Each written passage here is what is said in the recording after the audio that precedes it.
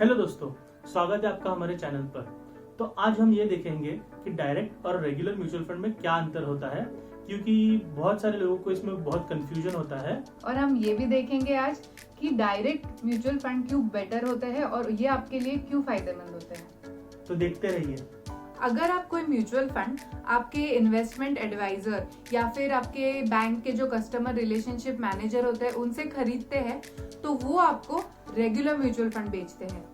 और अगर आप वही म्यूचुअल फंड किसी साइट से जैसे जीरोदा है, बैंक बाजार, माई कैम्स इससे खरीदते हैं या फिर एएमसी कंपनी की वेबसाइट से खरीदते हैं तो वो होता है डायरेक्ट म्यूचुअल फंड। तो दोस्तों, पहले हम ये देखेंगे कि म्यूचुअल फंड्स कैसे पैसे बनाते हैं, यानी उनको प्रॉफिट कैसे होता है। ऑब्वियसली ये कोई चैरिटी तो है नहीं, उनको भी पैसे कमाना ज़रूरी है, क्योंकि उनको भी अपने खर्च होते हैं, जैसे कि उनकी जगह का रेंट देना होता है, अपने एम्प्लॉयज़ को सैलरी देनी होती है और उसके बाद उन्हें प्रॉफिट भी कमाना होता है। तो म्यूचुअल फंड्स ये सारी चीज़ें एक्सपेंस रेशियो के द्वारा करते हैं। एक्सपेंस रेशियो क्या होता है?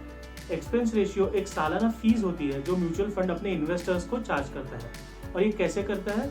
तो आप आपके जो भी पैसे म्यूचुअल फंड के पास इन्वेस्ट करने के लिए दोगे, उस पैसे के हिसाब से म्यूचुअल फंड उसका 1 या 2% या अलग अलग परसेंटेजेस होते हैं हर म्यूचुअल फंड के हिसाब से, वो आपको चार्ज करेगा सालाना। तो आइए इसको और डिटेल में देखते हैं। दोस्तों, म्यूचुअल फंड अपना एक्सपेंस रेशियो सालाना तौर पर बताता है।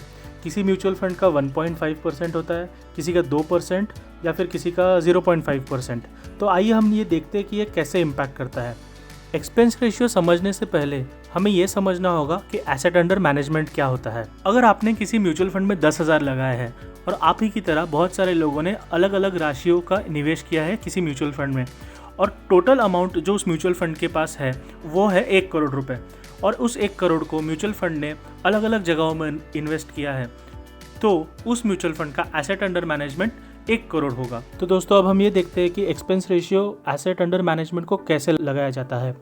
तो अगर कोई एक म्यूचुअल फंड को कंसिडर करे जिसका एसेट अंडर मैनेजमेंट 1 करोड़ है और उसका एक्सपेंस रेशियो 2% है, तो इस फॉर्मूला से हम ये कैलकुलेट कर सकते हैं कि उस म्यूचुअल फंड का डेली एक्सपेंस क्या होगा, यानी डेली खर्च कितना होगा उस म्यूचुअल फंड का। तो जैसे कि हम ये देख सकते हैं कि जिस म्यूचुअल फंड का एक्सपेंस रेशियो 2% है उसका दिन का खर्चा 545 रुपये है, और जिस म्यूचुअल फंड का एक्सपेंस रेशियो 1.5% है उसका दिन का खर्चा 410 रुपये है।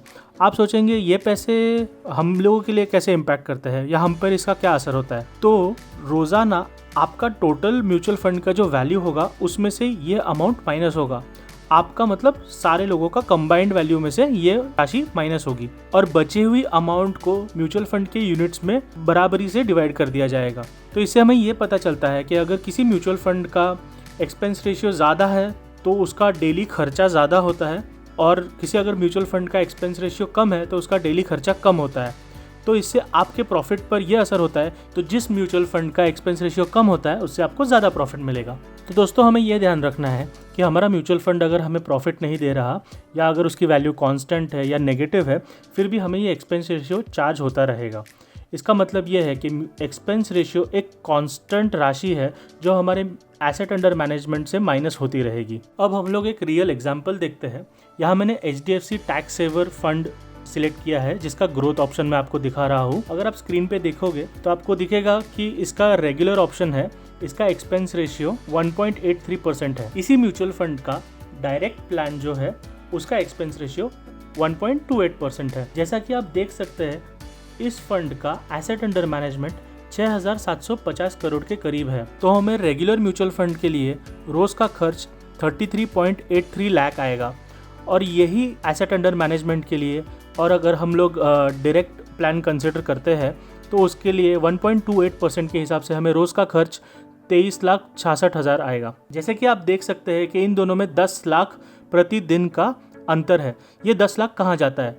ये 10 लाख मिडलमैन, ब्रोकर, आपके रिलेशनशिप एडवाइज़र, बैंक के एजेंट सबको पे कर दिया जाता है। तो अगर आप ये 10 लाख बचाना चाहते हैं तो आपको डायरेक्ट म्यूचुअल फंड में इन्वेस्ट करना चाहिए। तो दोस्तों, आप ये सोच रहे होंगे कि इसका असर आप और मेरे जैसे इन्वेस्टर्स पे कैसे होता है। तो ये देखने के लिए हम एक एग्जाम्पल देखते हैं। यहाँ पे देखिए, अगर हम 10,000 पर मंथ एक SIP में इन्वेस्ट कर रहे हैं 25 साल के लिए, और यहाँ पे मैं एग्जाम्पल में कंसिडर कर रही हूँ कि मेरे जो रिटर्न्स है तो वो हमारा है 12% पर ईयर। तो ये इन्वेस्टमेंट अगर आप रेगुलर वेरिएंट या रेगुलर प्लान में इन्वेस्ट करते हो तो आपकी 25 साल बाद राशि जो जमा होती है वो होगी 1,70,00,000। और अगर यही पैसे आप सेम म्यूचुअल फंड के डायरेक्ट प्लान में इन्वेस्ट करते हो तो ये राशि जो जमा होगी वो होगी 1,89,00,000। जी हाँ, तो यहाँ पे जो डिफरेंस है वो है आपका 19 लाख का। ये डिफरेंस इसीलिए आया है क्योंकि एक्सपेंस रेशियो डायरेक्ट वेरिएंट या डायरेक्ट प्लान का कम होता है रेगुलर प्लान से। और यहाँ पे हमने जो ये 12% का रिटर्न रेट पकड़ा है ये बहुत ही कम है। अगर आप मार्केट वैल्यू देखोगे तो ये डिफरेंस और ज़्यादा बढ़ेगा जब आपको रिटर्न्स ज़्यादा मिलेंगे। तो दोस्तों, अगर आपको आज का वीडियो पसंद आया तो प्लीज़ लाइक, शेयर और सब्सक्राइब कीजिए। और अगर आपको कोई भी जानकारी चाहिए या कोई सवाल है तो प्लीज़ कमेंट सेक्शन में डालिए और हमें उसका जवाब देने का मौका दीजिए।